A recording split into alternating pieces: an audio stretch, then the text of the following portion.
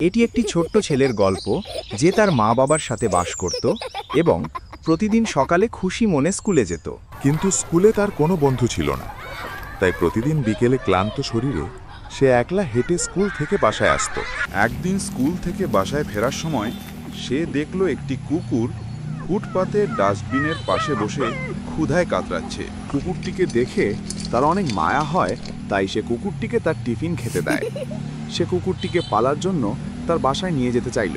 কিন্তু যখন সে কুকুরটিকে তার বাসায় নিয়ে গেল, তার মা বাবা কুকুরটিকে রাখতে রাজি হলো না, কারণ সে ঠিক মতো কুকুরটির যত্ন নিতে পারবে না এবং কুকুরটি থেকে রোগ জীবাণু ছড়াতে পারে। তাই ছেলেটি কাঁদো কাঁদো চোখে কুকুরটিকে যেখান থেকে এনেছিল সেখানে ফিরিয়ে নিয়ে আসে এবং সিদ্ধান্ত নেয় যে সে একাই কুকুরটির দেখাশোনা করবে। সেদিনের পর থেকে ছেলেটি প্রতিদিন স্কুল শেষে কুকুরটিকে তার টিফিন খাওয়াতো এবং কুকুরটির সাথে খেলা করত।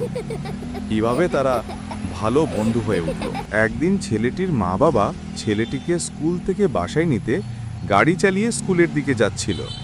রাস্তায় তারা তাদের ছেলেকে এবং কুকুরটিকে দেখতে পায়। তারা তাদের ছেলেকে দেখে গাড়ি থামাতে গেলে বুঝতে পারে গাড়ির ব্রেক কাজ করছে না।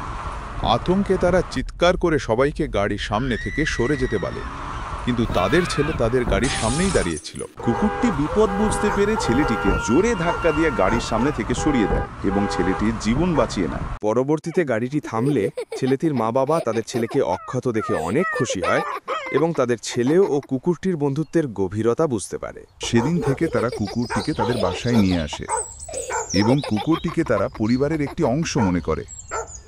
বন্ধুরা হলো পরিবারের একটি অংশ, তাই আমাদের ভালো বন্ধু বাছাই করা উচিত।